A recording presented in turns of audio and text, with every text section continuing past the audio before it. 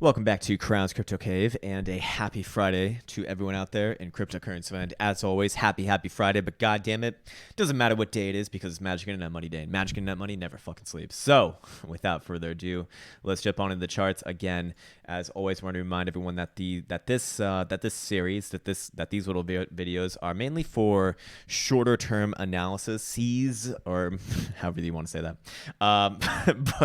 But basically, if you're looking for the long term analysis, definitely go check out the playlist titled long-term analysis, and there you go. That's what it's for. This one, again, just for shorter term ideas, shorter term trading ideas.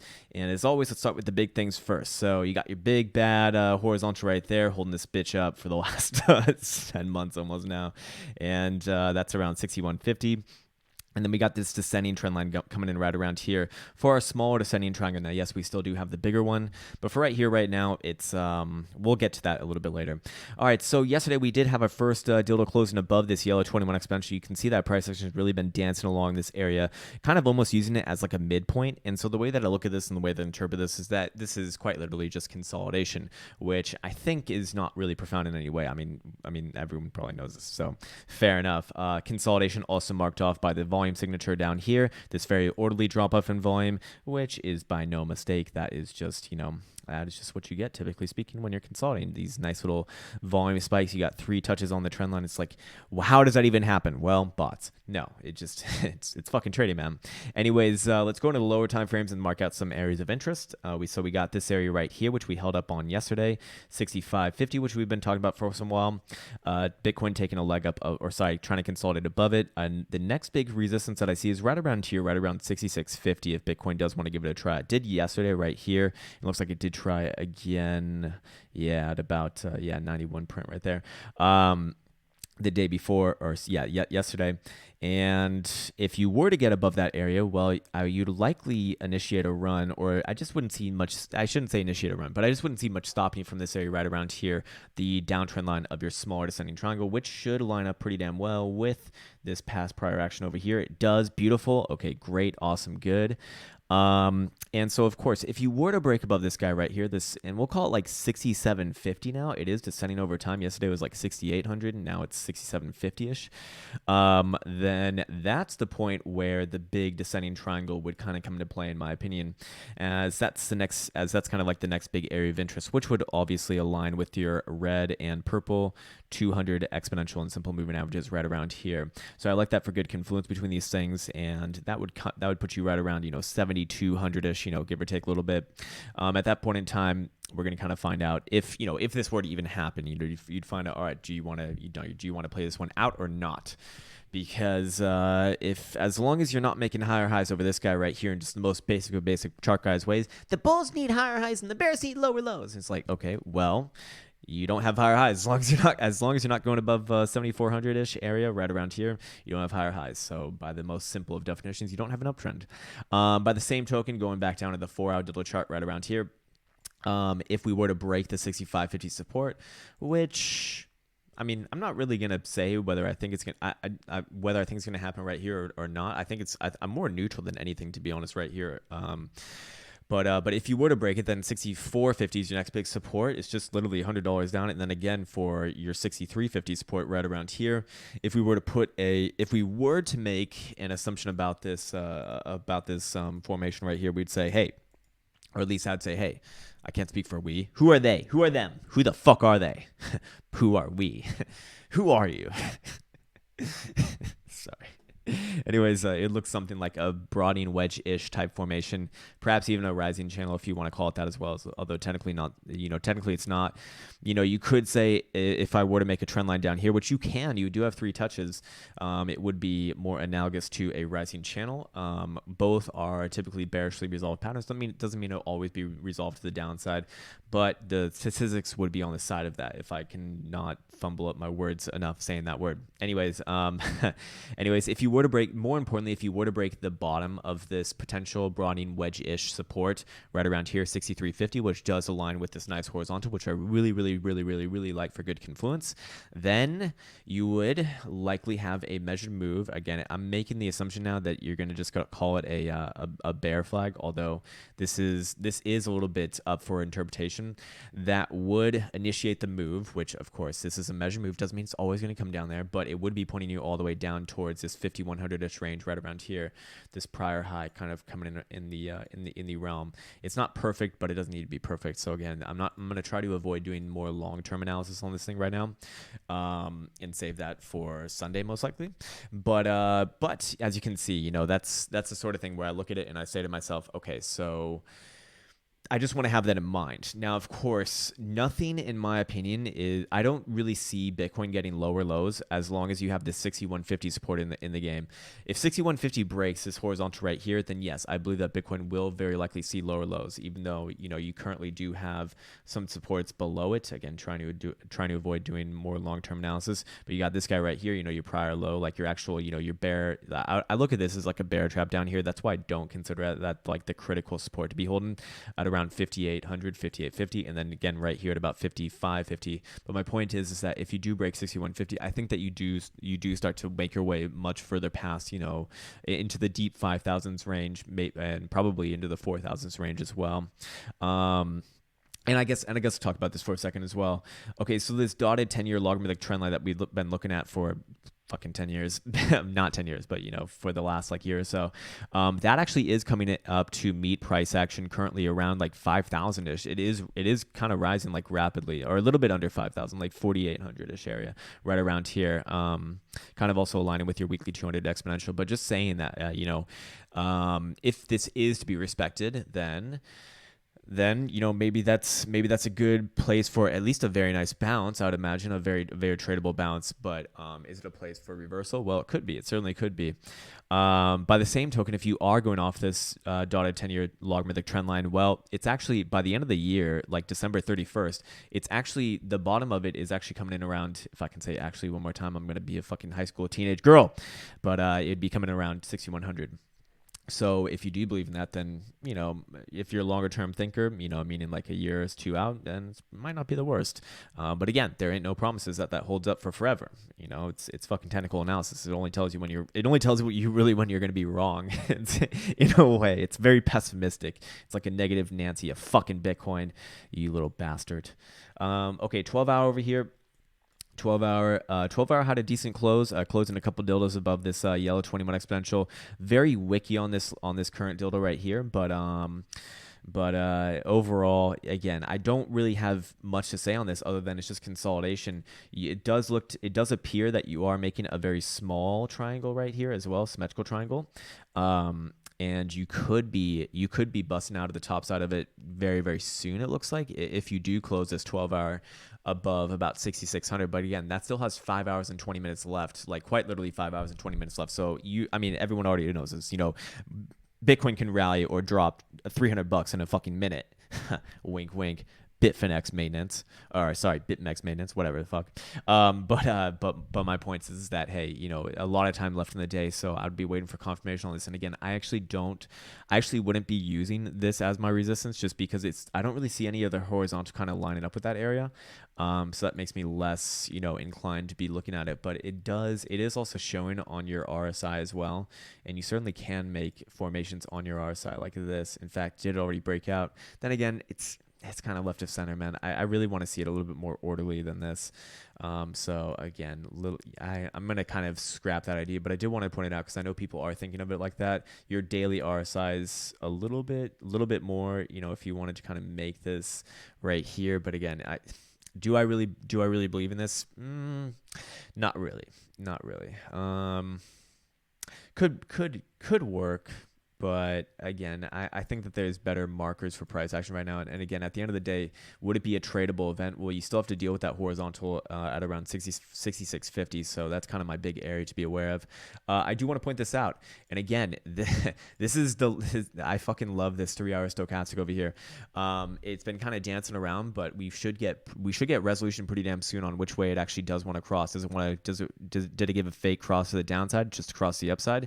Well, then very likely you will if that did happen, if that did get confirmed, I probably would, just take a trade and look for about 66.50.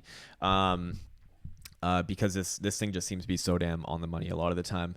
Again, with my sort of special, my very hidden settings on that. But again, that's actually available in in one of the videos in the technical analysis playlist, which is all there for you to view. But if it does if you do sell off from here, then yeah, we'll open down, and I'll be looking for a test back to the 65.50ish range, probably do break that as you do get extremely full in this area. Let's look at the daily really quick. Daily stochastic still opened and crawling downward. Daily RSI dancing around, the neutral zone, neither bullish nor bearish. Daily stochastic over here giving me it completely in the middle. I really don't like taking trades when you're completely in the middle. It's not like fucking Malcolm. It's like wrecked in the middle. I don't like that. I don't like I want to be setting myself up with a little bit more of a more just not in the fucking ether of the world. And speaking of ether, we'll be getting to that pretty damn soon. And my fib down here telling me the exact same thing. So it's telling me, hey, don't fucking trade this, man. But hey, that's just me. More about me, more about you, less about me. Okay, so let's get on over here to Mr. Buterol, see what he's doing. Or sorry, let's do the daily check-in on GBTC as well. GBTC closing. Hey, that's weird. Hold on. We closed this yesterday. Did it not trade yesterday? No, it did. It certainly did. Huh. That's very interesting. Okay, so that's strange. But GBTC looking like it might be putting in a local low here. Printing a nice doji-ish type dildo on the daily, but very low volume. So I want to see, three things. I want to see a reversal-ish type dildo, which we have, but I want to see it on high volume, which we do not have, and I want to see fall through, preferably on high volume as well. And we don't have really the main big area, the main big things of that to kind of be a little bit more excited about this. Do we have any sort of bullish divergence? It's hard to say. This is pretty far back there, so I'm not sure. I don't think it's relatively applicable, but you do have this trend line right here, which seems to have held it up for now. So we've been talking about that. So that's why it's just not a good idea to get like super fucking bullish or bearish, just looking for $1 million move every second of the day. It's unlikely to happen. Things like bounce around. But yeah, looking like there were some buyers on that low right there. Okay, on to Buterol. Jesus Christ. No, sorry. On to CMEs. CMEs, which will be closing a little bit later today. No, I don't see any gaps in price action. I don't see anything to really be aware of. You do have this small gap down here at around 64.70-ish area. Could come into play if you do break down below 65.50. That's kind of the next area that I'd be looking for a small bouncy bounce. Will it reverse it? Well, that's a different question. I don't think that we can say until we actually see the reaction off of it. Okay, so on to Mr. Buterol over here. Okay, Mr. Buterol, show me what you got, man. I want to see how big and thick you can get, man. And Mr. Buterol is what makes me think that Bitcoin probably does break it to the downside. Looking at this right here, taking everything off, this just looks ugly to me. Living below the 21 exponential, just kind of rolling over. I'm sure a lot of people are calling this a head and shoulders, and technically it is, but it's not my favorite example of one because the neckline is so slanted, which I don't want to see. I want to see like a relatively flat one, but it could work. It could work. Are you losing momentum on it or anything like that? We don't really have an example. Yeah. No, we're not. But I don't like how it's rolling over. This is a variation of that rollover pattern. So if you do take another step down to like 210 again and start closing some dildos below there, that's where it starts to get a little bit more menacing to me. Right here, right now, it still could salvage it technically, but it doesn't look too healthy, especially on the daily using the 21 exponential as resistance. Compare that with Bitcoin, who's kind of like dancing around the 21. Mr. Buterol's like, trying to close a few above, but not really having it. It just looks more weak to me. Very low volume on the well, the whole thing is low volume. It's more likely analogous to consolidation. Going over here to the 8 hour, let's actually chart some shit out. Jesus Christ, man, stop talking shit and start charting. My God. Okay, so I do believe that we are working on something like this. Something like a major bear flag like this would look about right to me. The volume does look right for this formation, and you are crawling along your support right here, right now. So if you do close an 8 hour below about 221 and a half, you're gonna likely have a problem. And does that match up with a nice horizontal? Not necessarily. Down around here, about 218, we'll call it. Yeah, if you start closing some dildos below 218, then yeah, you got a problem. You do have an area right here of interest that you actually got stopped out at, using it as resistance at around 224 and a half. So this is getting wedged extremely tight right now. So I don't, I just don't like the way that this looks. I don't like the way you fucking look at me, Buterol. But you got this guy over here. Just making sure my mic's all good over there. Okay, great. It's still working. And then you got this horizontal right here at about, if you were to break down from this guy right here at about 218, ish, then I see 208 as your next big support. And below that, you got your big support right around 195. The reason why 195 is so damn important is, and this is why we do have to talk a little bit about long-term analysis, is that that's your big support kind of holding up this potential capitulation low down here. So again, things to be aware of, because if this thing does, break 195, I believe that you will see Mr. Buterol and it's, kind of crawl its way much lower. And if this is a bear flag and you do play out the measure move on it, how bad of a measure move do we want to do? Let's do it this way. Let's do like the less baddish one. This would be pointing you all the way down towards here at around, low 100s, 100-ish area, which does align with this nice horizontal right around here. So again, understand that if 195 is broken, that could lead to a very, very, very, very, very nasty sequence of events. And you might even argue that this is already broken, because if you were using the daily, then you did have a nice diagonal right here. You've broken that to the downside, and you've been using that as resistance actually with a try right here, which was rejected. And if today takes out the low of the prior, I would say you're probably in for some continuation. Has it? Yeah, it came 3 cents shy of going lower. But then again, if I was using the daily, the top side resistance doesn't make complete sense. There is one other way of charting this, but I think it might be null and void as of now. Let's go check in on it. But basically, it's represented as some sort of asymmetrical triangle. Oh, I guess does it still work? Yeah, I think it does. Yeah, or kind of. Well, let's just use this part. All right, we'll just have to kind of just close your eyes that you didn't hear that. But okay, so this one's for Reddit. All right, guys. So don't worry, it's just symmetrical triangles. Symmetrical triangles are good, or sometimes bad. But but don't listen to that second part. Just listen to the first part, because selective hearing is the best way to be in cryptocurrency. And we could make a measure move on this, and if you break it out to the upside with a 4-hour dildo close above 230, then there ain't much stopping you from about 270, and that would make sense, because that would be your next big resistance right around here. Yeah, right around there. We have a nice horizontal right around there. And if you were to break it out to the downside, look away, Reddit, then it would be pointing you all the way down towards here, towards about 178, a little like a few cents under 178, which would also coincide with the break of that 195 major area as well. So again, I'm not trying to be Mr. FUD, not trying to be Mr. Fuck You, not trying to be Mr. Scary. I'm trying to be Mr. Opportunity. Just do realize that there are different options, and it could break out to the top. Very well could, but I'd be waiting for confirmation on this bitch. And I'd also be very wary in this range, and I want to be on record as saying this. I really want to be on record as saying this. I'd be extremely wary in this range for both Bitcoin and Buterol and all the other market leaders. Be on the lookout for a fake out. Be on the lookout for a fake out. A lot of the times when you see like a major breakdown, you'll see a fake out in the opposite direction beforehand, and that would look like a little bit of a break to the upside on Mr. Buterol above 230 really, really quick, and then shove down. And on Mr. Bitcoin, it'd be like a quick move above like 68 and then back down. So be on the lookout for something like that. If it were to happen, I'm not saying it's going to happen. I'm not saying you're even going to get up there. Things could very well roll over here. I mean, there's no fucking rules that say that it has to do anything either which way.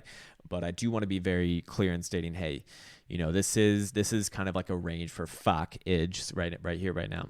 So I think that's going to do it for this video today. Let's actually check in on the 2-day dildo chart just really quick. Yeah, 2-day dildo chart still using the 21 exponential as resistance, still death crossed. Well, it's going to be death crossed for a while. 3-day still using the 21 as resistance. Still trying to base, or might be, yeah, I don't want to really say too much else about that. And the weekly just a consolidation area dildo-ish, or if you want to be Mr. Chart guys, it's a equilibrium pattern, okay? So we have an inside bar, and the bulls want to get above the high, and the bears want to get a little low. Keep on doing those good things. All right, well, there you go. Anyways, it's been an absolute pleasure to speak with you on this lovely Friday. I hope everyone's having a great Friday and enjoying the magic internet money, or the lack of magic internet money moves in the last couple of weeks, or last month, really. But I do want to remind everyone that when you do consolidate for this long of a time, really starting all the way back over here for about over a month now, that is going to be impetus, or typically is the impetus for a very violent move. So again, I hope this video finds you well. I hope you're having a great Friday. I look forward to seeing you in a live stream near you soon, and take care.